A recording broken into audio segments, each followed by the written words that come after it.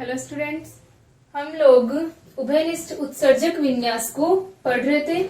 Common emitter configuration को, इसके अंदर हमने निवेशी अभिलाक्षणिकों को ड्रॉ किया था। ठीक है, जो निवेशी अभिलाक्षणिक होते हैं हमारे किस किस के मध्य होंगे? निवेशी धारा और निवेशी वोल्टता के बीच में, इनपुट करंट और इनपुट वोल्टेज के बीच में। ठीक है, और यहाँ पर किसको कांस्टेंट रखकर VCE की कांस्टेंट वैल्यू के लिए हम इनको ड्रॉ करते हैं। तो ये जो कर्व होते हैं ये डायोड के फॉरवर्ड बायसिंग कर्व के अकॉर्डिंग होते हैं।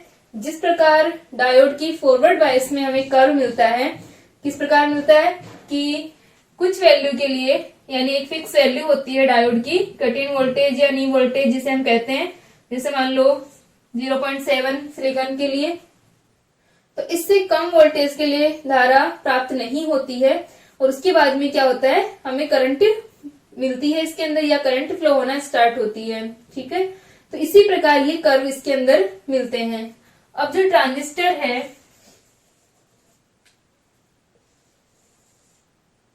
प्रीवियस लेक्चर में भी हमने इसके बारे में बात की थी कि VCE के मान को जब हम बढ़ाएंगे तो क्या हो जाएगा, IB का मान कम होने लगता है। ठीक है, ऐसा क्यों हो रहा था? क्योंकि VCE क्या है, रिवर्स जंक्शन का वोल्टेज है। यहाँ पर जब इनके बीच में ये हमारा E टर्मिनल है, ठीक है, ये B टर्मिनल और ये क्या है, C टर्मिनल है। ठीक है, तो यहाँ पर अगर हम जैसे मान लो ये VCE है, इस प्रकार बनाते हैं, कॉमन इमीटर है अपना ये,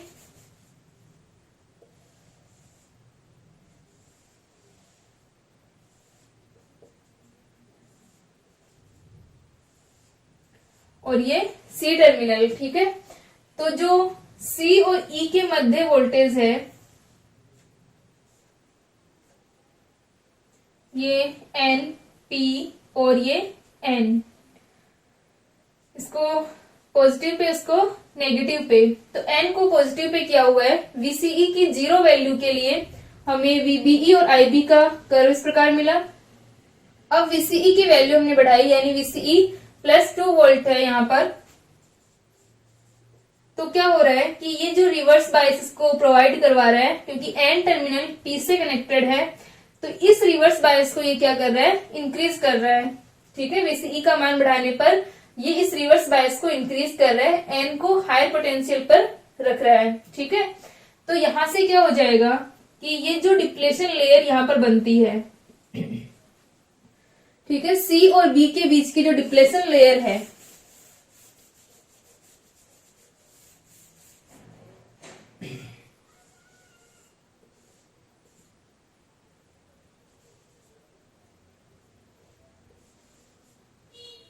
तो C और B के बीच में डिप्लेशन लेयर जब बनेगी तो ये N पे है और ये P, इस साइड पॉजिटिव है और इस साइड नेगेटिव।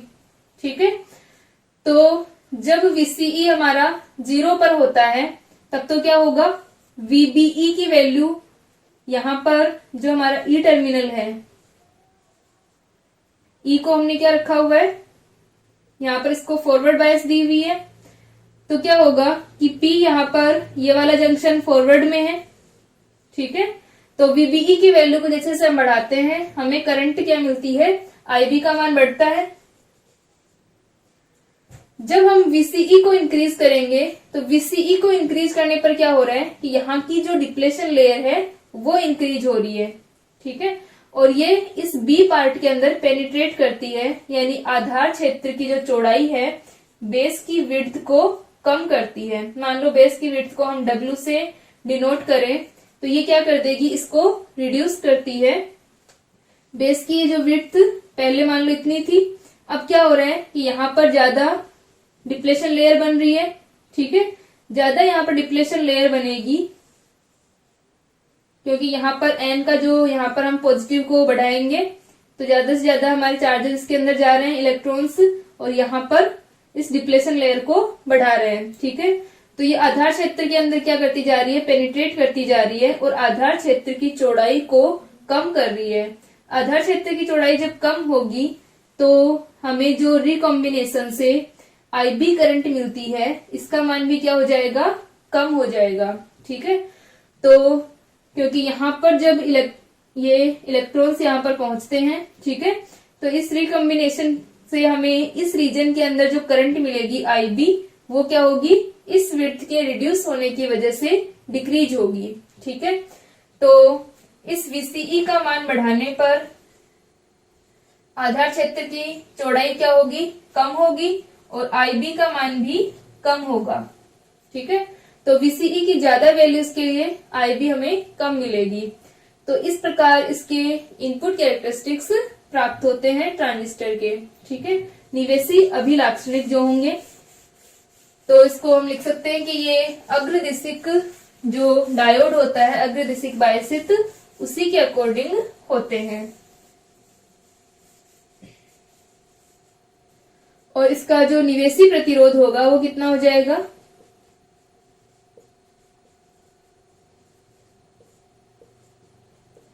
निवेशी प्रतिरोध आर आई का मान कितना होगा, अगर हम गतिक प्रतिरोध की बात करें तो आर आई का मान हो जाएगा delta VBE divided by delta I B. ये वही स्लोप का इनवर्स होगा, क्योंकि यहाँ पर आई बी एक्सिस हमारी वाई एक्सिस पर है और जो वोल्टेज है वो एक्स एक्सिस पर है। तो जो हमारी स्लोप होती है, स्लोप क्या होती है, जैसे मान लो ये हमारा y है और ये x है, तो कोई भी हमारा कर्व होता है तो स्लोप क्या बनती है, dy अपॉन dx बनती है। तो इसकी स्लोप भी क्या बनेगी, डेल्टा आई अपॉन डेल्टा v बनेगी। तो ये इस स्लोप का इनवर्स होगा। ठीक है, तो इस स्लोप का इनवर्स से हम क्या निकाल सकते हैं, रेजिस्टेंस को निकाल सकते हैं। ठीक है, अब हम बनाते हैं आउटपुट कैरेक्टरिस्टिक्स।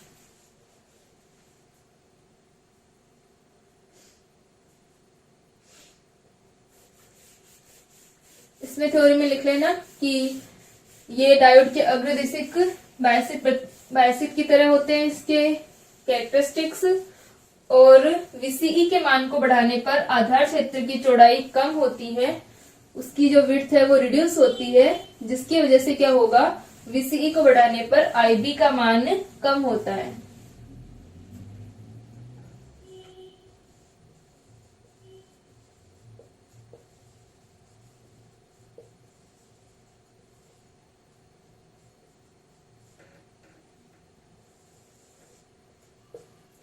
आउटपुट कैरेक्टरिस्टिक्स किस किस के बीच में बनेंगे, आउटपुट वोल्टेज, आउटपुट वोल्टेज क्या होगा इसके अंदर, वीसीई, और आउटपुट करंट क्या होगी, आईसी।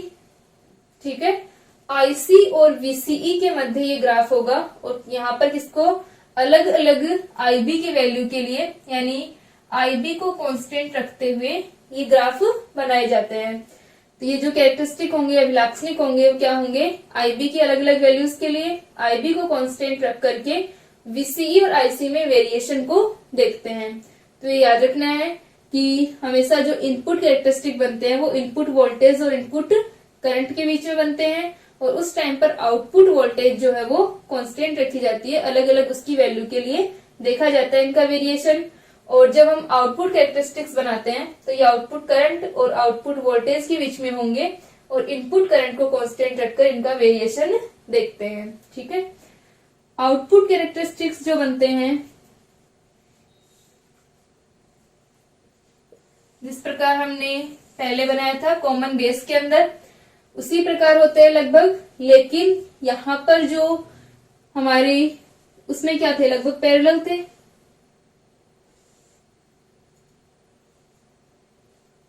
इस प्रकार थे ये ग्राफ, पैरेलल आ रहे थे। यहाँ पर पैरेलल नहीं मिलते हैं, यहाँ पर क्या होता है कि ये पैरेलल नहीं होंगे, थोड़ा सा इसमें वेरिएशन रहता है। ठीक है, कुछ इस प्रकार मिलते हैं।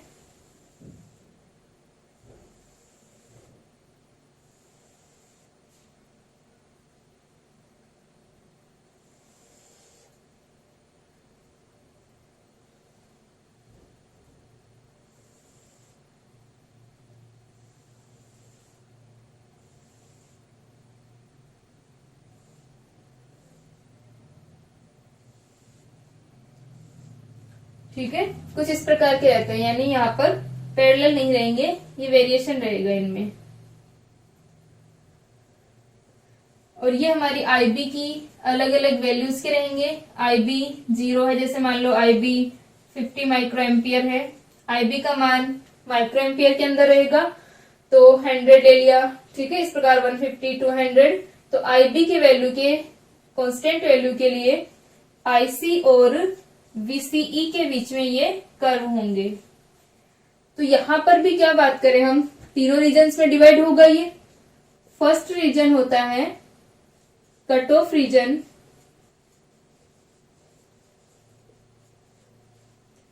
तो कट ऑफ रीजन के अंदर क्या होता है, IB equal to 0, IB equal to 0।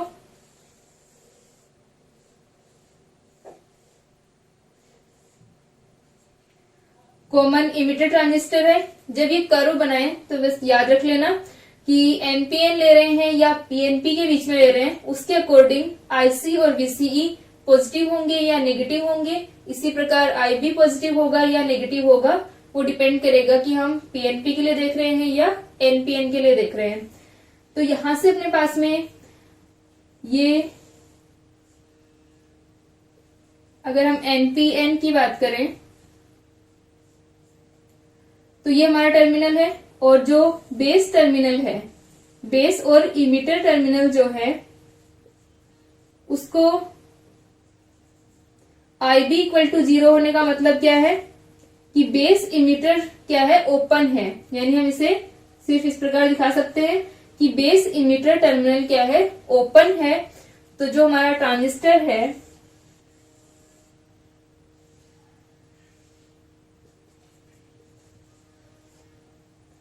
तो बेस इमिटर टर्मिनल ओपन होने का मतलब है कि ये भी जंक्शन किस में आ गया, रिवर्स के अंदर आ गया, क्योंकि यहां पर जो डिप्लेशन लेयर बन रही है, पी साइड क्या होंगे, नेगेटिव आयंस होंगे, और एन साइड क्या होंगे, पॉजिटिव आयंस होंगे।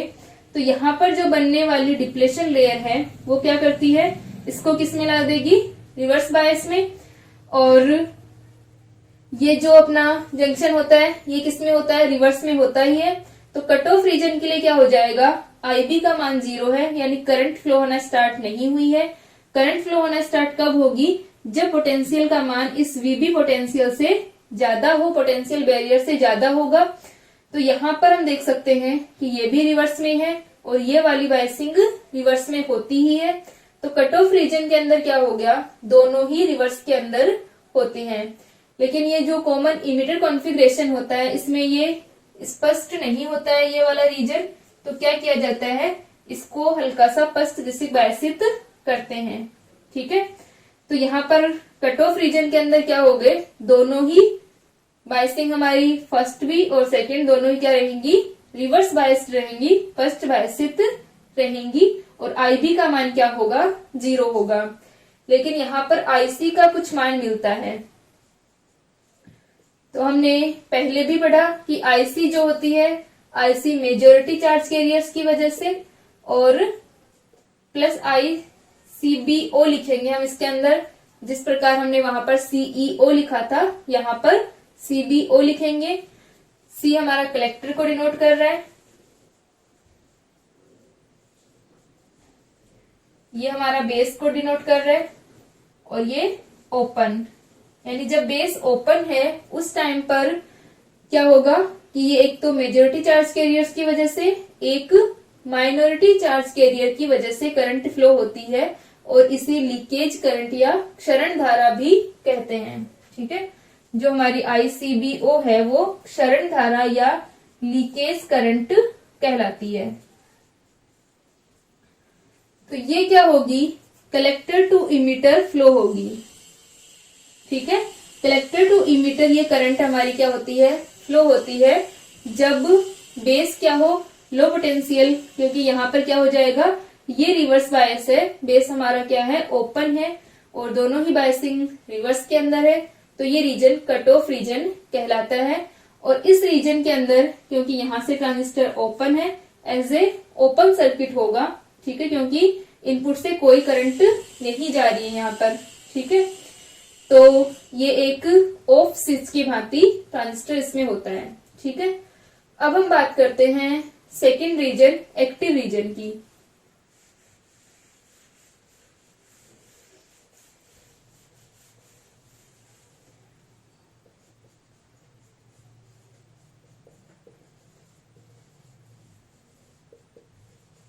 एक्टिव रीजन के अंदर क्या होगा कि ट्रांजिस्टर को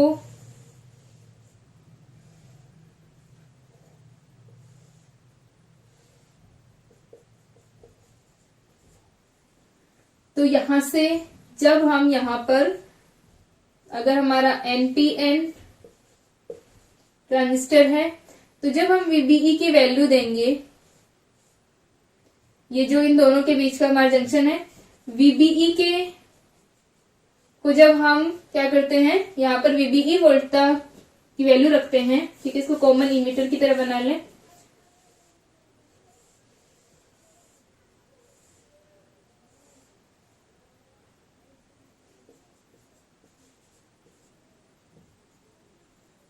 तो बेस और ई मीटर के मध्य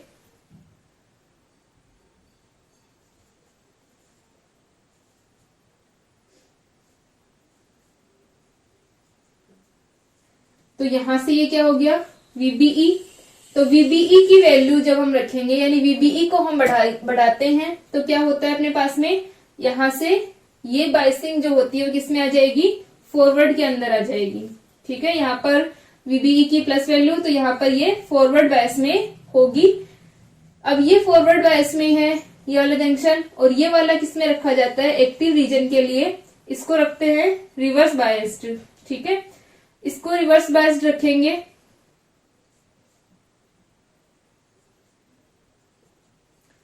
तो ये वाला जंक्शन हमारा क्या रहेगा, रिवर्स बायस में, और ये फॉरवर्ड बायस में। तो यहां से हम देख सकते हैं कि आईबी का मान बढ़ने के साथ में हमें आईसी का मान मिलता है इस प्रकार, और वीसीई की वैल्यू बढ़ने के साथ में आईसी में यहाँ पर वेरिएशन ज्यादा आता है। ठीक है, उसके अंदर क्या था कॉमन बेस के अंदर कि इसका वीसीबी जो हमारा वोल्टेज था उसके बढ़ने के साथ में आईसी में ज्यादा वेरिएशन नहीं होते हैं। तो हम देख सकते हैं कि आईसी जो होती है वीसीई पर डिपेंड करती है, फंक्शन ऑफ वीसीई और आईबी होती है। तो यहाँ पर वीसीई का इफेक्ट होगा, यानी जो ओवरऑल वोल्टेज है वीसीई क्या होता है टोटल वीबीई प्लस वीबीसी। ठीक है, तो इस ओवरऑल वोल्टेज का क्या रहेगा, इफेक्ट होता है किसके ऊपर, कलेक्टर करंट के ऊपर। ठीक है, तो कलेक्टर करंट के ऊपर इस वोल्टेज का इफेक्ट होने की वजह से यहाँ पर थोड़े वेरिएशन ज्यादा आते हैं इसके अंदर, ये समांतर नहीं होते हैं इसके अंदर। ठीक है, और ये वाला जो रीजन है इसके अंदर आईबी आईसी जो है वो डिक्रीज होती है, ये क्या है, सेचुरेशन रीजन है। ठीक है, तो थर्ड हमारा रीजन क्या होगा, सेचुरेशन रीजन। सेचुरेशन रीजन के अंदर क्या हो जाता है कि जो सेकंड बायसिंग है वो भी क्या होगी, फॉरवर्ड होगी। तो जो कट ऑफ रीजन है उसमें फर्स्ट बायस और सेकंड दोनों रिवर्स बायस होती हैं। एक्टिव रीजन के अंदर फॉरवर्ड और रिवर्स होंगी। थर्ड रीजन जो हमारा सेचुरेशन रीजन है, सेचुरेशन रीजन के अंदर क्या होगा कि दोनों ही क्या होंगी, फॉरवर्ड बायस में होंगी। ठीक है, दोनों ही क्या रहेंगी, फॉरवर्ड बायस में रहेंगी। तो ये रीजन जो होगा सेचुरेशन रीजन, इस रीजन के अंदर ट्रांजिस्टर क्या होता है, ऑन स्विच की तरह काम करेगा। और एक्टिव रीजन के अंदर क्या करता है ट्रांजिस्टर, एम्प्लीफिकेशन का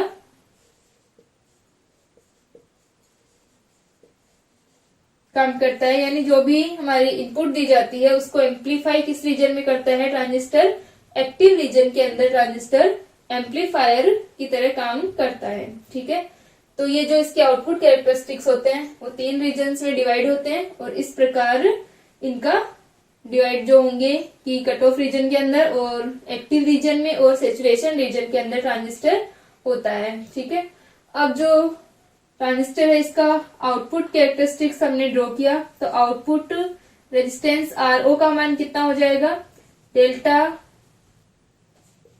VCE अपॉन डेल्टा IC।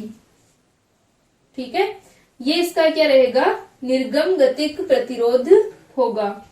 अब हम ट्रांजिस्टर के करंट एम्प्लीफिकेशन फैक्टर और इसके जो बीटा और अल्फा, इसके अंदर हमारा करंट एम्प्लीफिकेशन फैक्टर क्या आएगा, बीटा आएगा, और जो हमारा कॉमन बेस था वहां पर क्या आया था, अल्फा आया था। इन दोनों में रिलेशन ज्ञात करेंगे। ठीक है, एक बार यहां तक लिख लें।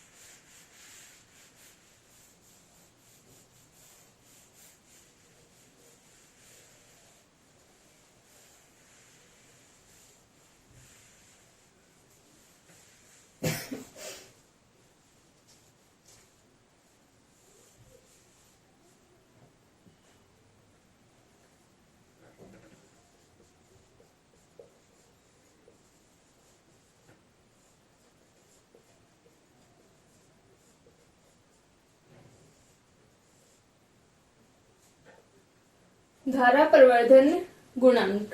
ठीक है, धारा प्रवर्धन गुणांक जो होगा, किस किसका रेशियो होगा, उभयनिष्ठ उत्सर्जक विन्यास में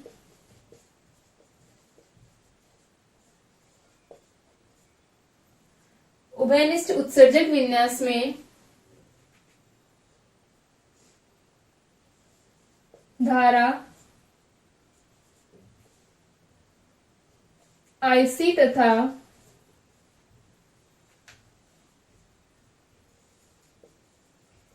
धारा IB का अनुपात,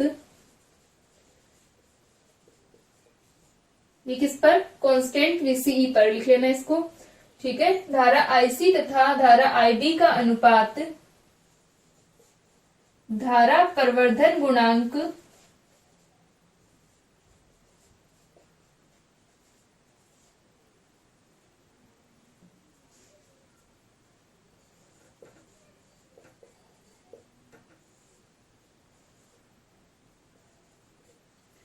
धारा प्रवर्धन गुणांक कहलाता है। ठीक है, तो बीटा से हम इसको डिनोट करते हैं, beta equal to IC upon IB होता है। ठीक है, ये बीटा DC का मान होगा, और गतिक अवस्था के लिए क्या हो जाएगा,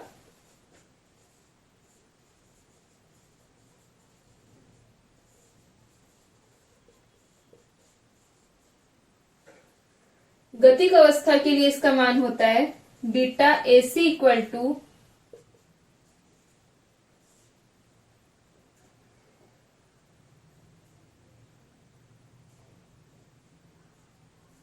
IC अपॉन IB है, ये delta IC upon delta IB होता है। ठीक है, तो इसे क्या कहते हैं, करंट एम्प्लीफिकेशन फैक्टर होगा ये, इसे करंट गेन भी कहते हैं, क्योंकि ये करंट को क्या कर रहे हैं, यहाँ पर ट्रांजिस्टर कितना एम्प्लीफाई करता है। ठीक है, उसका रेशियो हम देखते हैं, तो इसे करंट गेन भी कहेंगे।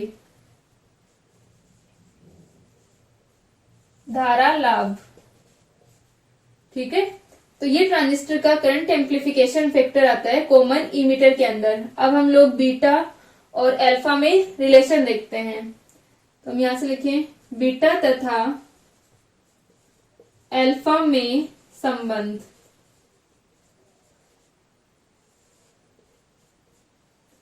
बीटा तथा अल्फा में संबंध लिखने के लिए जो हमारी धारा होती है IE इक्वल टू क्या होता है, IE equal to IB plus IC, ठीक है। IE equal to IB plus IC होगी, और IE से हम इसको डिवाइड कर दें तो यहां से अपने पास में क्या होगा, जो हमारा अल्फा था, अल्फा इक्वल टू क्या होता है IC अपॉन IE, और बीटा इक्वल टू क्या है IC अपॉन IB, ठीक है। तो यहां पर हमें alpha equal to IC upon IE और beta equal to IC upon IB हमें मिलता है। तो यहां से ये क्या बन जाएगा, IE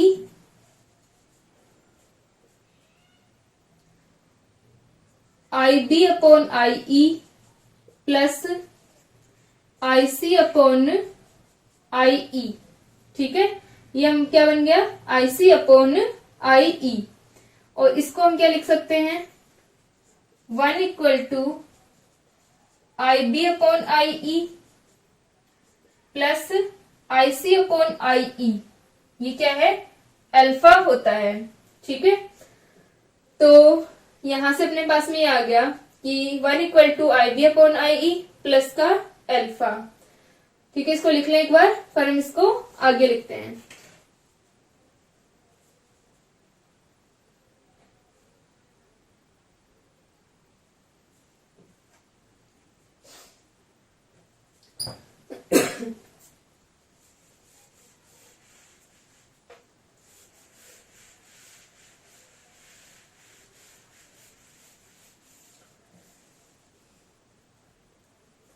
तो ये अपना आ गया कि 1 equal to IB upon IE plus का अल्फा, ठीक है। तो यहां से अपने पास में IB अपॉन IE, एक मिनट, यहां पर अपना क्या था IC कॉमन था दोनों में, बीटा इक्वल टू क्या होता है IC अपॉन IB, और अल्फा इक्वल टू क्या होता है IC अपॉन IE होता है, यानी IC दोनों में कॉमन है, तो हमें इसको IC से डिवाइड करना पड़ेगा, ठीक है। ये IC अपॉन IC और ये भी IC, तो ये बन जाएगा 1 upon alpha equal to IB upon IC, 1 upon beta plus का 1। तो यहां से ये क्या आ जाएगी equation 1 upon alpha equal to 1 plus beta upon beta, तो ये बन जाएगा beta upon 1 plus beta equal to alpha, ठीक है।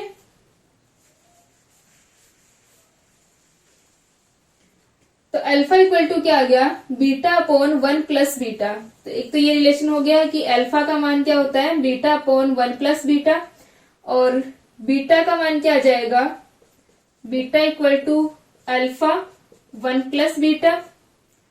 तो यहां से ये हो गया बीटा और ये माइनस का alpha beta equal to alpha, इसको कॉमन ले लें बीटा को, तो ये बन गया 1 minus alpha equal to alpha, तो बीटा इक्वल टू आ गया अल्फा अपॉन 1 माइनस अल्फा, ठीक है। तो ये अपने पास में alpha equal to beta upon 1 plus beta, और बीटा इक्वल टू आ गया अल्फा अपॉन 1 माइनस अल्फा, ये इनमें रिलेशन होता है, ठीक है, जो हमारे करंट एम्प्लीफिकेशन फैक्टर हैं इनमें। तो यहां से हम देख सकते हैं कि जो अल्फा का मान होता है, अल्फा इक्वल टू क्या होता है IC अपॉन IE जो होता है, ये क्या दोनों अप्रोक्सीमेट इक्वल होती हैं करंट, तो ये दोनों करंट अप्रोक्सीमेट इक्वल होने के कारण अल्फा का मान हमने देखा था कि ये 1 के निकट होता है, अप्रोक्सीमेट 1 क्या होगा ये 0.95, 0.98 इस तरह होगा, ये 0.99, तो इस तरह इसकी वैल्यूज होंगी। इसका मतलब है कि बीटा का मान क्या होता है बहुत ज्यादा होता है, ठीक है। बीटा का मान अप्रोक्सीमेट क्या रहेगा 49, 50 इस प्रकार होगा, क्योंकि बीटा इक्वल टू क्या है अल्फा अपॉन 1 माइनस अल्फा। जैसे मान लो हम 0.95 रख रहे हैं, तो ये क्या हो गया 1 माइनस 0.95, तो बीटा इक्वल टू कितना आ गया 0.95, 1 माइनस 0.95 करेंगे तो कितना हो जाएगा 0.05, ठीक है। तो 0.05, तो यहां से अपने पास में वैल्यू कितनी आ गई,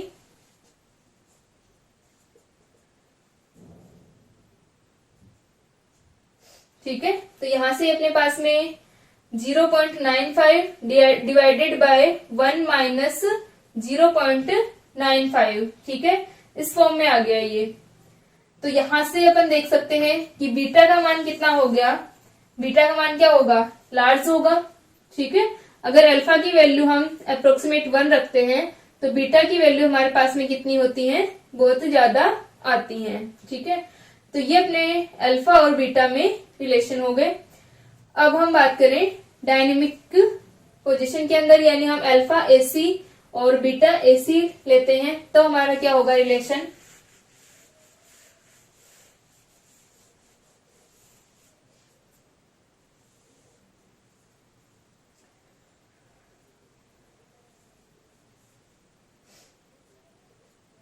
तो यहां से अपने पास में आ जाएगा कि beta equal to beta AC equal to क्या हो जाएगा, ये हमारा बीटा डीसी है। तो यहां पर अल्फा को भी क्या लेना होगा, अल्फा एसी, तो 1 माइनस अल्फा एसी, ये इस प्रकार होगा, ठीक है। अब हम बात करते हैं करंट आईसी जो होती है, अभी हमने रिलेशन लिखा कि IE equal to IB plus IC, ठीक है। अब आईसी दो पार्ट से मिलकर बनी होती है, एक तो क्या होते हैं आईसी के अंदर मेजॉरिटी चार्ज कैरियर्स होते हैं, एक क्या होते हैं आईसी के अंदर माइनॉरिटी चार्ज कैरियर्स की वजह से करंट मिलती है, जिसे हम आईसीबीओ या लीकेज करंट हम लिख रहे थे। तो आईसी के दो मान होंगे, IC equal to IC plus ICBO, ठीक है। तो यहां से हमें आईसी का ये मान मिल गया। तो आईई के अंदर जब हम वैल्यू रखेंगे तो आईई इक्वल टू क्या हो गया, IB plus IC plus ICBO, ठीक है। जब क्या होता है, बेस ओपन होता है, बेस टर्मिनल ओपन होगा, उस टाइम पर ये फ्लो होने वाली करंट है, लीकेज करंट है, ठीक है। इसको लिखें,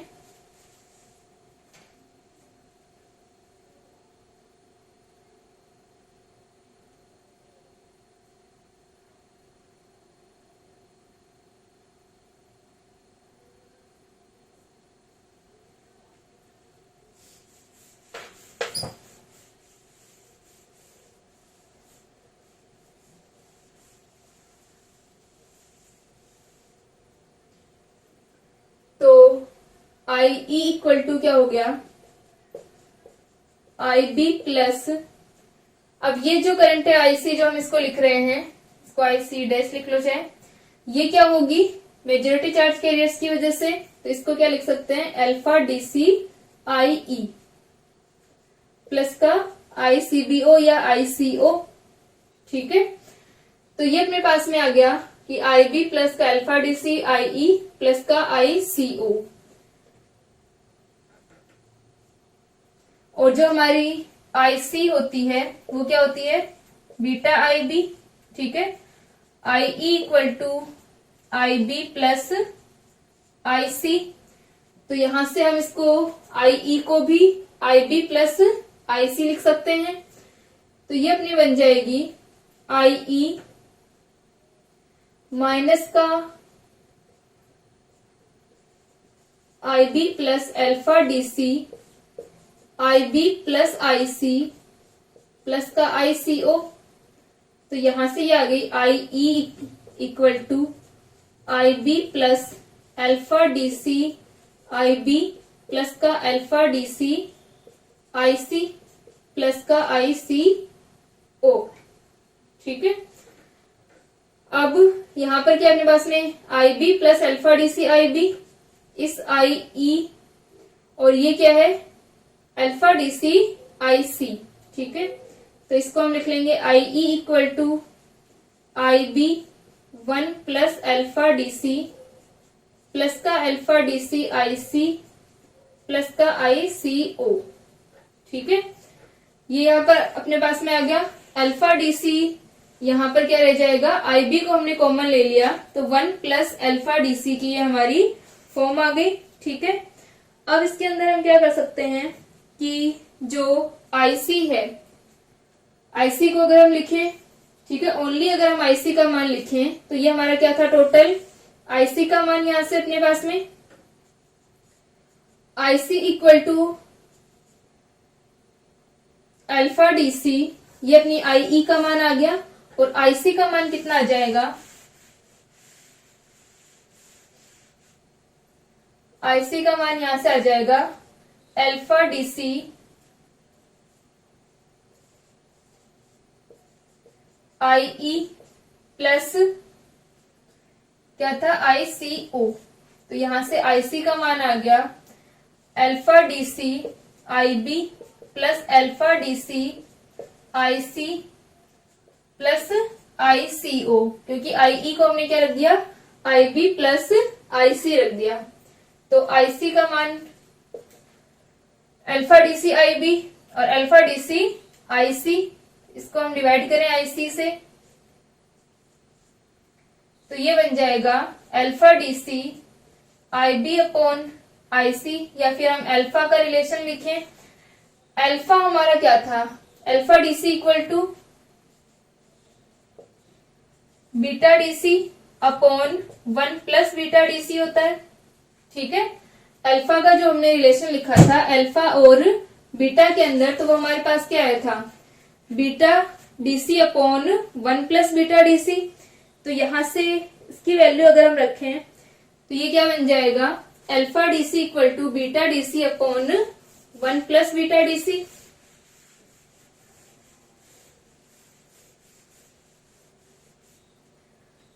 तो आईसी इक्वल टू हम रख सकते हैं, या फिर हम इसको इधर ले लें, alpha DC IC equal to alpha DC IB plus ICO.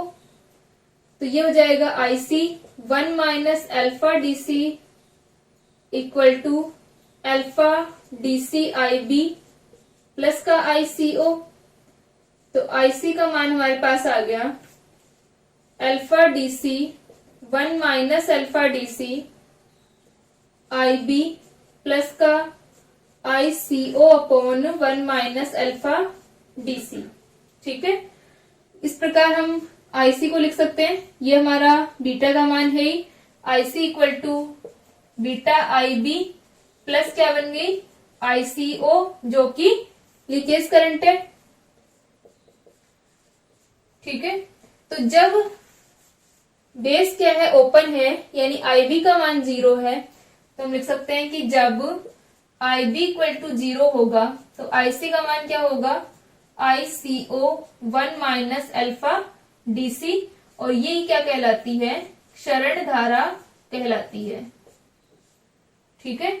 और ये क्षरण धारा कब मिल रही है, माइनॉरिटी चार्ज कैरियर्स की वजह से मिलती है, जब बेस टर्मिनल क्या होगा, ओपन होगा, ठीक है। तो इसके अंदर जब हमने ट्रांजिस्टर का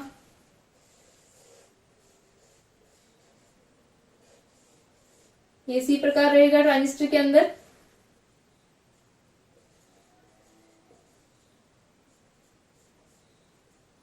और बेस टर्मिनल क्या रहेगा, ओपन रहेगा इस कंडीशन के अंदर, क्योंकि आईबी का मान यहाँ पर क्या है, 0 है। तो ये कट ऑफ रीजन के अंदर मिलने वाली जो करंट होगी वो इस प्रकार होगी, ठीक है। तो इस प्रकार बीटा और अल्फा के अंदर रिलेशन निकाल सकते हैं, और जो हमारा कॉमन कलेक्टर कॉन्फ़िगरेशन होता है उसके अंदर हमारा करंट एम्प्लीफिकेशन फैक्टर आएगा, गामा आएगा, फिर हम इन तीनों के अंदर रिलेशन निकाल सकते हैं, ठीक है। इसको यहां तक लिख लें।